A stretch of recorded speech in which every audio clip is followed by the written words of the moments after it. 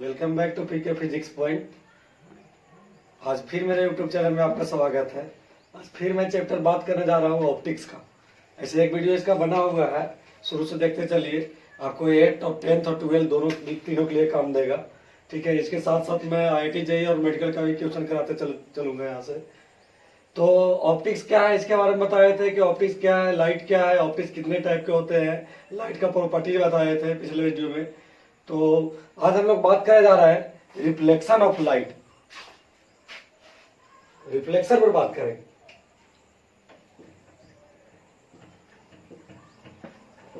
Reflection of light, इसको हिंदी में हम लोग बोलते हैं प्रकाश का परावर्तन। देखिए बहुत इंपॉर्टेंट टॉपिक है, बहुत इजी भी है। थोड़ा समझेंगे कि रिफ्लेक्शन कैसे होता, कैसे हम लोग ड्रॉ करेंगे डायग्राम को। जैसे कहीं भी हम लोग लाइट इस प्रकार से भेज रहे हैं, तो लाइट को भेजने से यहाँ पड़ती है, तो ये रिफ्लेक्टिंग सरफेस अगर जो होगा तो ये रिफ्लेक्ट कर देगा लाइट को। ऐसे रिफ्लेक्टिंग सरफेस है, लेकिन सबसे बढ़िया हम लोग को रिफ्लेक्टिंग सरफेस प्लेन मिरर या कोई भी मिरर हम लोग मानते हैं। इसलिए मानते हैं क्योंकि उस पर लाइट जब भेजते हैं तो कंप्लीटली रिफ्लेक्ट कर देता है। इसलिए हम लोग जनरली मिरर के बारे में पढ़ना रिफ्लेक्शन में। क्लियर? तो हम लोग जानेंगे कि रिफ्लेक्शन ऑफ लाइट है क्या। तो हम propagating of light at the reflecting surface is return in the previous medium, that process known as reflection of light.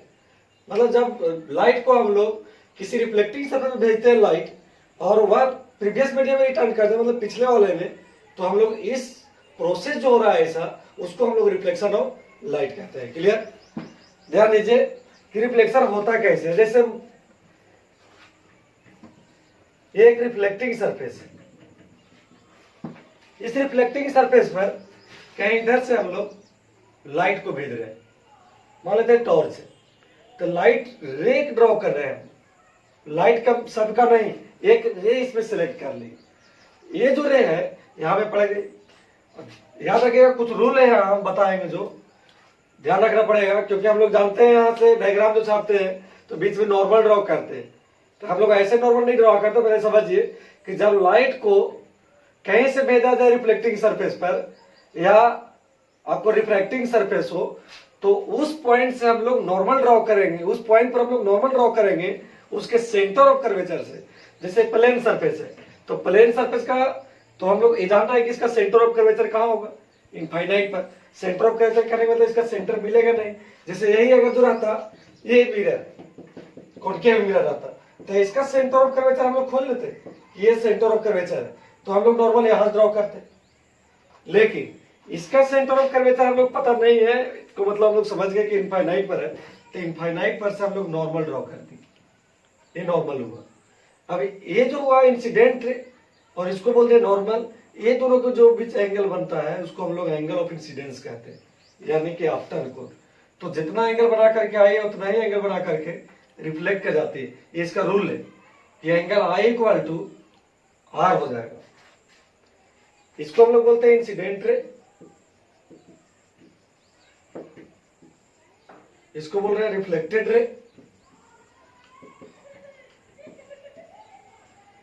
ये हो गया नॉर्मल, ये हो गया रिफ्लेक्टिंग सरफेस, मतलब जो रिफ्लेक्ट किया उसको नाम दे रहे हैं reflecting surface.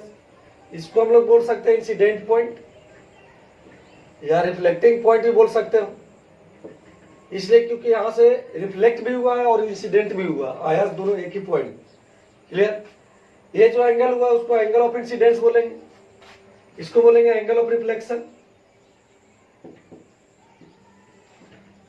Angle of incidence. इसको हम लोग बोलेंगे एंगल ऑफ रिफ्लेक्शन।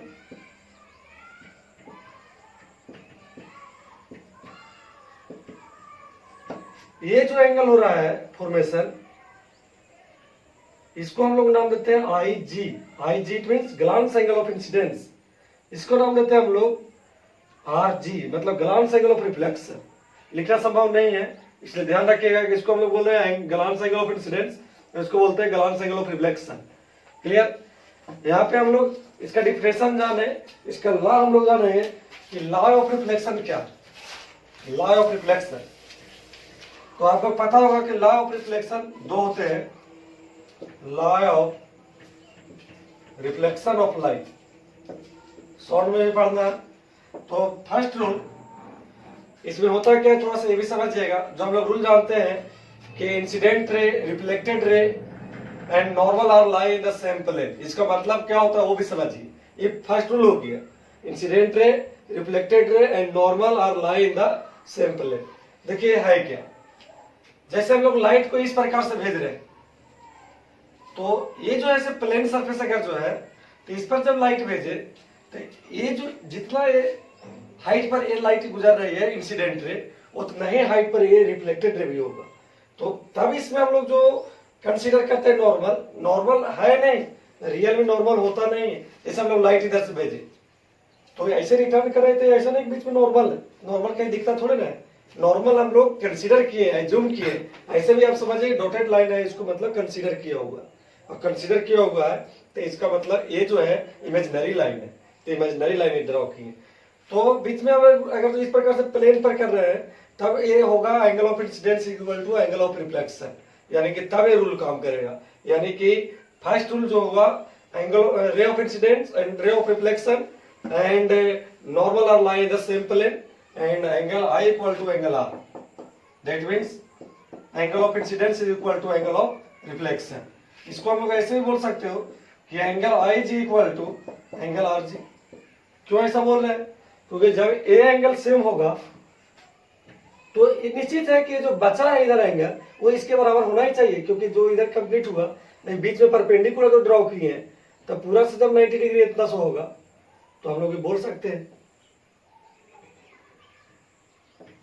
कि इधर का ये 90 डिग्री पूरा होगा। अब इधर जितना माइनस कर दिया उतना तो इधर भी बचा, दोनों तरफ सेम हो गया, यानी कि glance angle of incidence is equal to glance angle of reflection. ये भी इसमें लॉ में हम लोग बोल सकते हैं।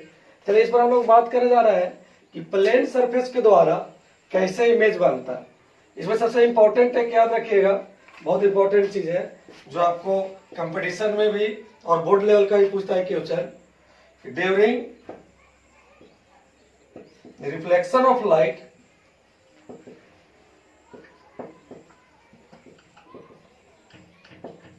during reflection of light, frequency, wavelength, color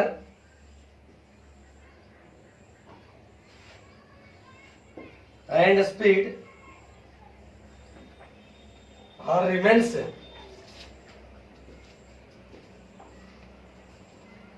but इसका डायरेक्शन चेंज हो रहा है, बट डायरेक्शन एम्पलीट्यूड भी चेंज हो रहा है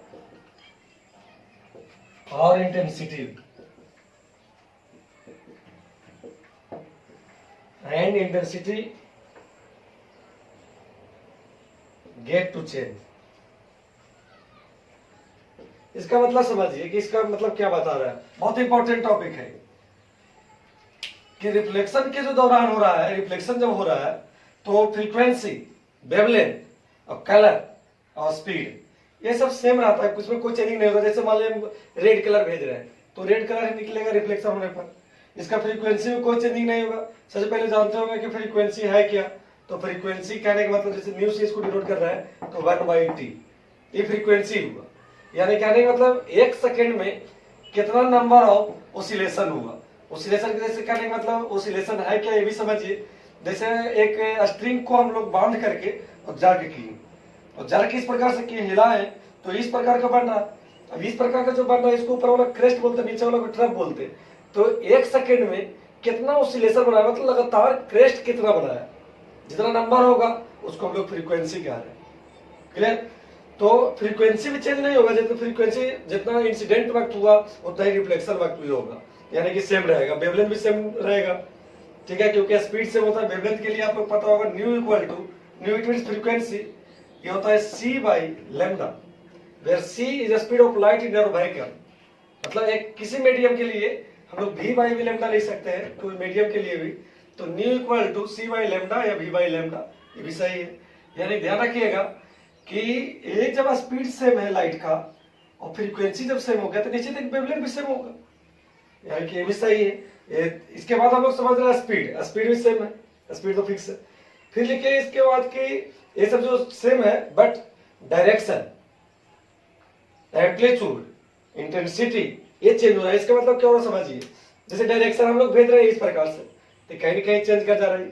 जैसे इस टाइप से नहीं भी होता, मान लें कि हम परपेंडिकुलर इस प्रकार से भेजते तो इस रिवर्स कर जाते, लाइट रे रिवर्स कर जाते इस टाइप से।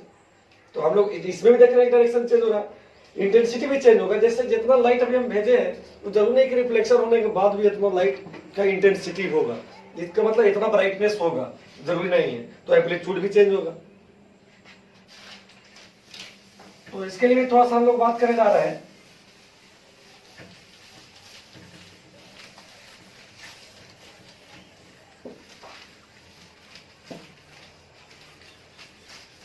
जैसे रेगुलर रिफ्लेक्शन की बात किया जाए कि रेगुलर रिफ्लेक्शन कैसे हो, तो एक मिरर है यहाँ, एक और मिरर है यहाँ इस प्रकार, एक इधर मिरर है। मिरर नहीं कोई भी रिफ्लेक्टिंग सरफेस भी मान सकते हैं, लेकिन मिरर हम लोग एग्जांपल इसलिए ले रहे हैं क्योंकि सबसे अच्छा रिफ्लेक्शन इसी पर समझ में आता है। ध्यान दीजिए कि मान लीजिए दीवार है, इस साइड भी लगा हुआ है, उस साइड भी लगा हुआ है मिरर सभी तरफ इस प्रकार से। तो इधर से रिफ्लेक्ट की, इधर से लाइट जब इंसिडेंट की तो इधर रिफ्लेक्शन हुआ, फिर वहां से इस प्रकार से होगा, यानी कि ऐसा होगा। नॉर्मल ड्रॉ किए इस प्रकार, नॉर्मल, ये नॉर्मल ड्रॉ किए, फिर इस प्रकार का, फिर नॉर्मल ड्रॉ किए, फिर इस प्रकार का। यानी कि ये जो होगा रेगुलर रिफ्लेक्शन के रूप में हम लोग बोल सकते हैं। देखिए इसमें क्या है कि जैसे जितना यहाँ से लाइट भेजे हैं उतना इंटेंसिटी जरूरी नहीं है, सब उतना नहीं होगा, वहां इंटेंसिटी ब्राइटनेस कम जाएगा। अब यहाँ से जितना फ्रीक्वेंसी का है सब फ्रीक्वेंसी सेम निकलेगा, क्योंकि स्पीड सेम है, वेवलेंथ भी सेम हो जा रहा है और कलर भी सेम है। रेड जब भेज रहे हैं तो रेड ही निकलेगा। अब इसमें देखिए कि डायरेक्शन चेंज हो रहा है, यहाँ से इस डायरेक्शन में इस डायरेक्शन में निकल रहा है। तो एक एग्जाम्पल टाइप का बताया कि एग्जाम्पल कैसे हम लोग समझाएंगे, कैसे समझेंगे कि कौन कौन चीज सेम होता है, कौन कौन चीज सेम नहीं होता है, बहुत इंपॉर्टेंट चीज है। इसके बाद एक टॉपिक पर आप लोग और बात कर रहे हैं इसका कि यदि एक प्लेन मिरर हो या कोई भी मिरर हो, जैसे एक मिरर प्लेन मिरर का एग्जांपल हम ले रहे हैं, और इस मिरर पर लाइट रे परपेंडिकुलर ट्रेस कर दिए इस प्रकार से, तो जहां पे ट्रेस किए, जहां पे लाइट रे इंसिडेंट करेंगे तो वहां पे हम लोग नॉर्मल ड्रॉ करेंगे उसके सेंटर ऑफ कर्वेचर से। तो ये जो प्लेन है इसका सेंटर ऑफ कर्वेचर कहाँ होगा, सेंटर ऑफ कर्वेचर इनफाइनाइट पर, कहीं सेंटर मिलेगा नहीं, सेंटर ऑफ कर्वेचर इनफाइनाइट, तो इनफाइनाइट से हम लोग नॉर्मल ड्रॉ करेंगे तो यही इसी पर होगा। तो यानी कि हम लोग यहाँ बोल सकते हैं कि एंगल ऑफ इंसिडेंस कितना होगा, तो एंगल ऑफ इंसिडेंस इसमें 0 है। क्यों? क्योंकि नॉर्मल और इंसिडेंट दोनों ओवरलैप कर गया, तो एंगल कितना बनेगा, जैसे एक डायरेक्शन में कोई एक गाड़ी ऐसे जा रही है, एक गाड़ी और ऐसे जा रही है, यानी कि एंगल कितना बना 0 डिग्री। यानी हम लोग दोनों देख रहे हैं कि नॉर्मल भी और इंसिडेंट दोनों एक ही पर है, तो एंगल ऑफ इंसिडेंस कितना 0, यानी कि एंगल ऑफ रिफ्लेक्शन भी 0। इट मींस इसी पर रिट्रेस कर जाएगी लाइट। क्लियर? यानी कि इस मिरर में हम लोग ऐसा बात कर रहे हैं, अगर इस टाइप का रहता, ये कॉन्वेक्स मिरर है, बताएंगे कि कॉन्वेक्स मिरर का फॉर्मेशन कैसे हुआ, अभी हम लोग थोड़ा पॉइंट पर बात कर रहे हैं। इस प्रकार से इस पर इंसिडेंट कर दी, तो नॉर्मल कहां से ड्रॉ करेंगे, इसका सेंटर ऑफ कर्वेचर से। तो इसका सेंटर ऑफ कर्वेचर कहीं ना कहीं इस प्रकार से अगर जो मिलाएंगे तो यही होगा, तो यहाँ पे करेंगे तो फिर तो वही होगी, यानी कि इस पर फिर रिट्रेस कर जाएगी लाइट। यानी कोई भी मिरर होगा इस प्रकार के अगर जो हो कॉनकेव मिरर, तो इसमें भी अगर जो लाइट हम लोग इस प्रकार से ट्रेस करेंगे, ध्यान दीजिएगा, तो यहाँ भी हम लोग नॉर्मल ड्रॉ करेंगे, कहां से, इसके सेंटर ऑफ कर्वेचर से, तो कहीं कहीं सेंटर ऑफ कर्वेचर यही हो जाएगा, तो इस पर भी रिट्रेस कर जाएगी। यानी कि इसमें भी angle of incidence equal to 0, I equal to 0, तो आर इक्वल टू 0, इसमें भी वही बात होगी। क्लियर? यानी कि याद रखना है यहाँ कि if light is traced perpendicular to the reflecting surface, then it retraces on this path. That means angle of incidence is equal to 0 and also angle of reflection is also 0. Clear? एक point इस पर हम लोग और बात करते हैं angle of deviation के लिए। Angle of deviation in plane surface.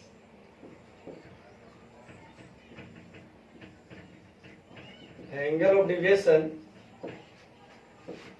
In plane mirror ही लिख देते हैं, क्योंकि सरफेस में हम लोग जनरली मिरर ही पढ़ेंगे। इन प्लेन मिरर, ध्यान दीजिए, एक प्लेन मिरर है। अभी हम ये नहीं बताएं कि प्लेन मिरर में इमेज कैसा बनता है, इसके बाद हम उसी पर टॉपिक पर बात करने जा रहे हैं कि प्लेन मिरर में इमेज कैसा बनता है। बहुत अच्छा टॉपिक है, थोड़ा सा अच्छा लगता है भी, इसमें समझने में बहुत इजी पड़ता है। और अभी हम बता रहे हैं कि डिविएशन कैसे होता है। डिविएशन कहने का मतलब विचलन। विचलन भी कहने का मतलब, अगर नहीं समझ कहने का मतलब, जैसे कोई कहता है रास्ता डिविएट करके मतलब भुला जाना। जैसे हम लोग लाइट को इस प्रकार से भेज रहे हैं,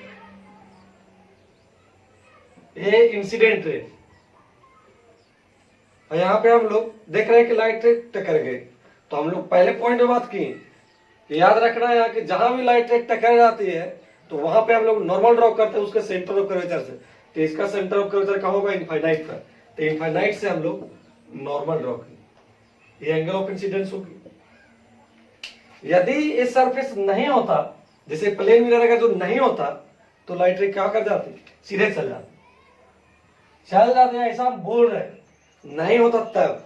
जैसे मान लीजिए कि कोई सरफेस नहीं आया रास्ते में, जैसे इस प्रकार से लाइट हम भेज रहे हैं, कोई कुछ नहीं है, तो सीधे ट्रेस कर जाते हैं, सीधे पास करते हैं, प्रोपगेशन होता है इसका लाइट का। लेकिन अगर जो बीच में कहीं कोई मिरर रख दिया जाए तो रिफ्लेक्ट कुछ न कुछ करे। तो हम लोग ये देख रहे हैं कि लाइट रे इस प्रकार से रिफ्लेक्ट कर जा रहा है।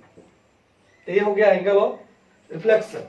तो हम लोग देखे क्या चीज कि कितना से डिविएट किया, तो जाना था इसको सीधे इस प्रकार से, लेकिन यहां से यहां तक इसका डिविएशन होगा, यहां से यहां तक इसका डिविएशन होगा। जैसे लाइट को हम यहां से भेज रहे हैं तो जाना तो था इसका सीधे, लेकिन मिरर होने के कारण ये इतना रिफ्लेक्शन जब हुआ तो इतना इसका डिविएशन हुआ। इसको हम लोग डेल्टा पढ़ते हैं। ये हो गया एंगल ऑफ डिविएशन। तो हम लोग बोल सकते हैं कि एंगल ऑफ डिविएशन जो है डेल्टा इक्वल टू, तो कितना होगा? तो पूरा लाइन जब रहता है तो लाइन पर कितना डिग्री का एंगल बनता है? तो 180 डिग्री। तो 180 डिग्री में से आई और आर दोनों माइनस अगर जो करते हैं तो डेल्टा निकल गया। ये दोनों आई और आर दोनों माइनस कर देंगे तो डेल्टा निकल गया। आप चाहे तो इसको आगे बढ़ा भी सकते हो कि आई और आर दोनों सेम होता है, 2i भी लिख सकते हैं। आप चाहे तो 2r भी लिख सकते हैं। इस प्रकार से इस पर क्वेश्चन रहता है न्यूमेरिकल, आप बना सकते हो। ठीक है, छोटा मोटा टॉपिक है, यही सब ध्यान में नहीं रहेगा तो फिर आगे चल के प्रॉब्लम होगा। ये सब ध्यान रखना है और शुरू से पढ़ते चलिए, सब समझ में आएगा class.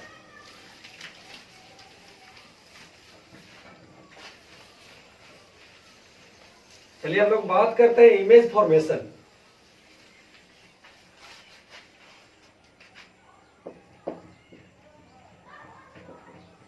Formation of image in plane mirror.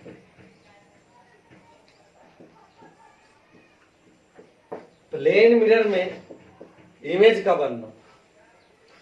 Plane mirror में इमेज कैसे बनता है? जैसे एक प्लेन मिरर है, कैसे हम लोग देखते हैं आईनक में चेहरा, उसकी भी बात करे जा रहा है। प्लेन मिरर में इमेज बनता कैसे? जैसे कोई एक ऑब्जेक्ट रख दिया इसके सामने, कैंडल वगैरह कुछ भी मान ले, जैसे हम पॉइंट ऑब्जेक्ट ऐसा मान ले, तो ध्यान रखिएगा आपको एक जरूरत नहीं है कि इमेज क्या है उसका डिफिनेशन दें। हम नीचे क्लास में पढ़ना था ऐसा। इमेज कहने का मतलब तो बता देते हैं कि जब रिफ्लेक्शन हो या रिफ्लेक्शन हो और तब लाइट रे का इंटरसेक्शन होता है तो इमेज कहलाता है। अगर जो रिफ्लेक्शन रिफ्रैक्शन से पहले इंटरसेक्ट कर रहा तो वहां पे इमेज का फॉर्मेशन नहीं होगा। रिफ्लेक्शन या रिफ्रैक्शन होगा तो इंटरसेक्ट करेगा तो इमेज बनेगा।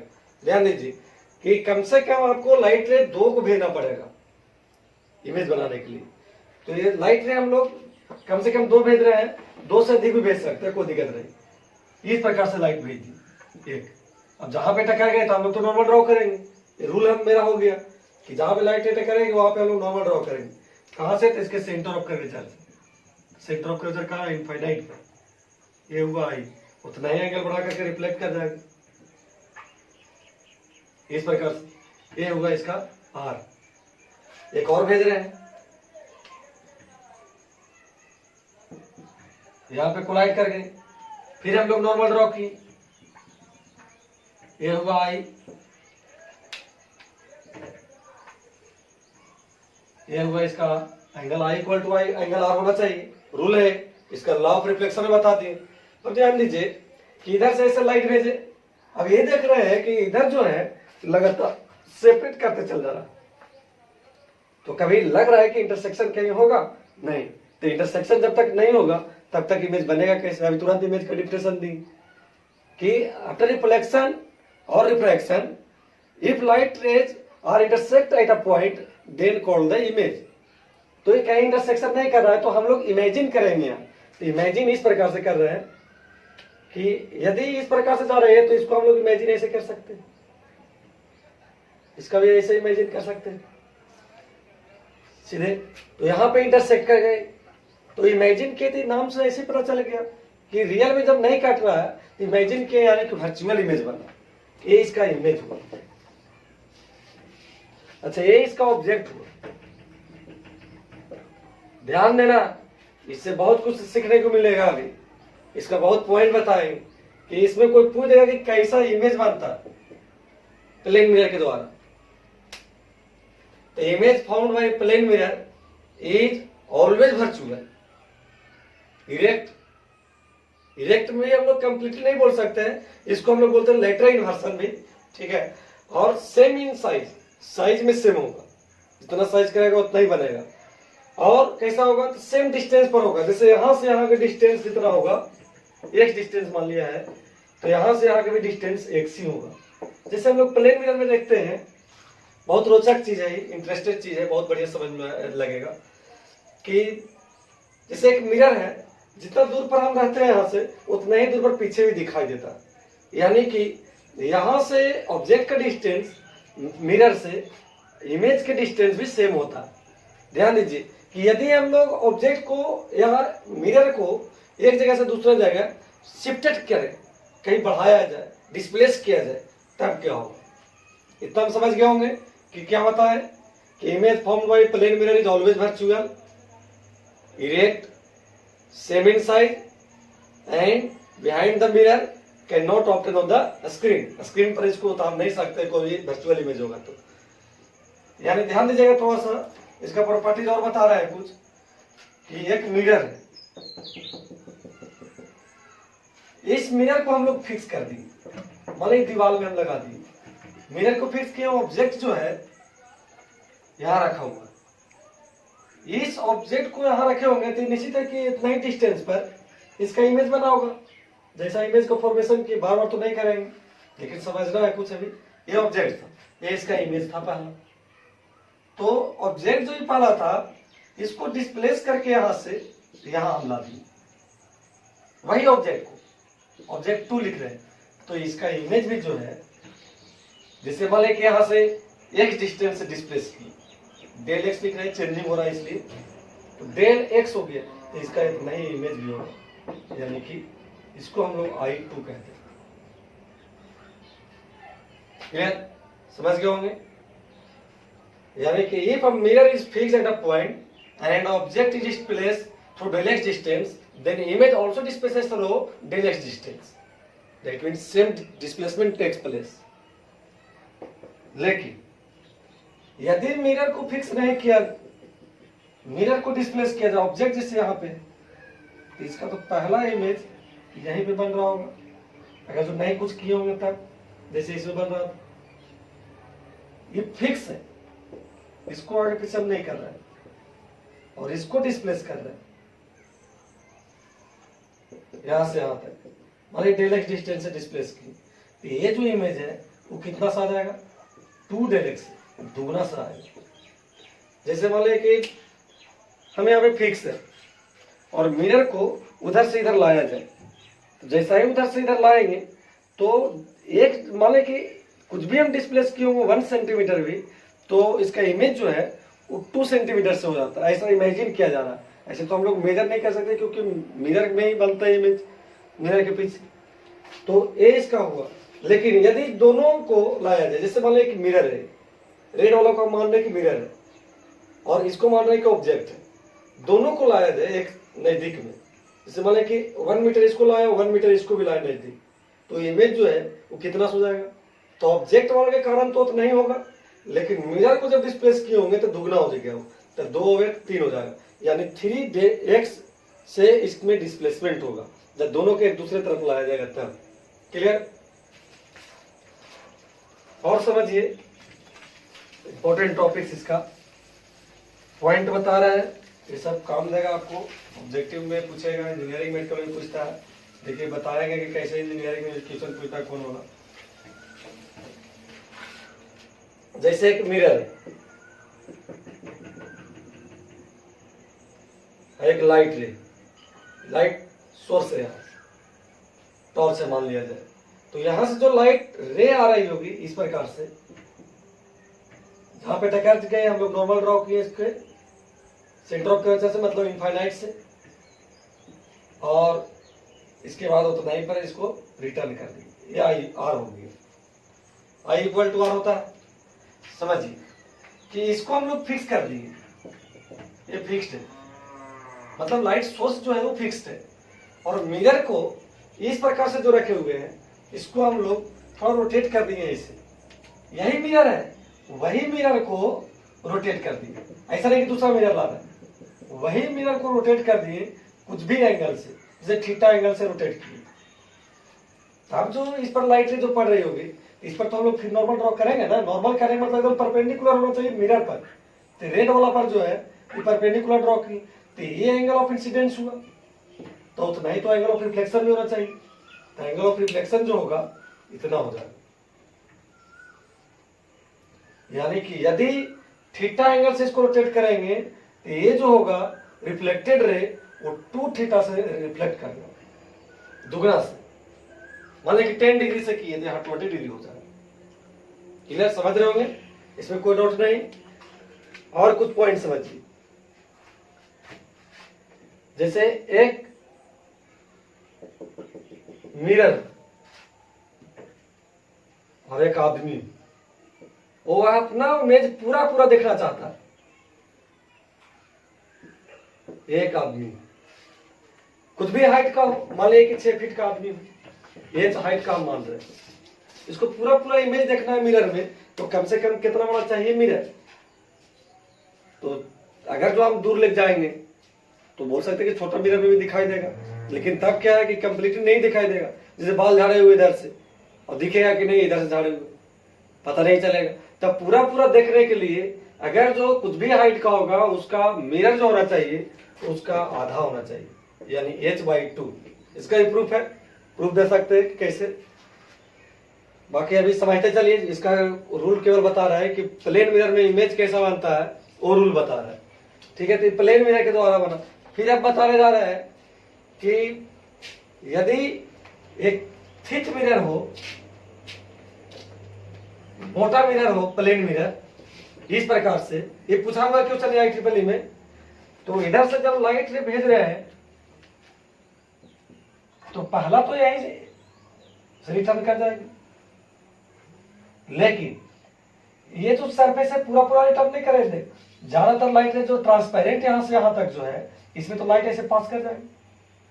अब यहां से हम लोग फिर नॉर्मल ड्रॉ करेंगे, फिर यहां से रिफ्लेक्शन होगा।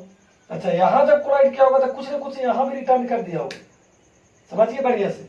जैसे इधर से लाइट भेजे, मोटा मिरर है तो ग्लास जो है, ग्लास से तो कुछ पास कर जाएगी लाइट और कुछ रिटर्न भी कर जाएगी, तो ज्यादातर लाइट पास कर जाएगी, कुछ रिटर्न कर जाएगी।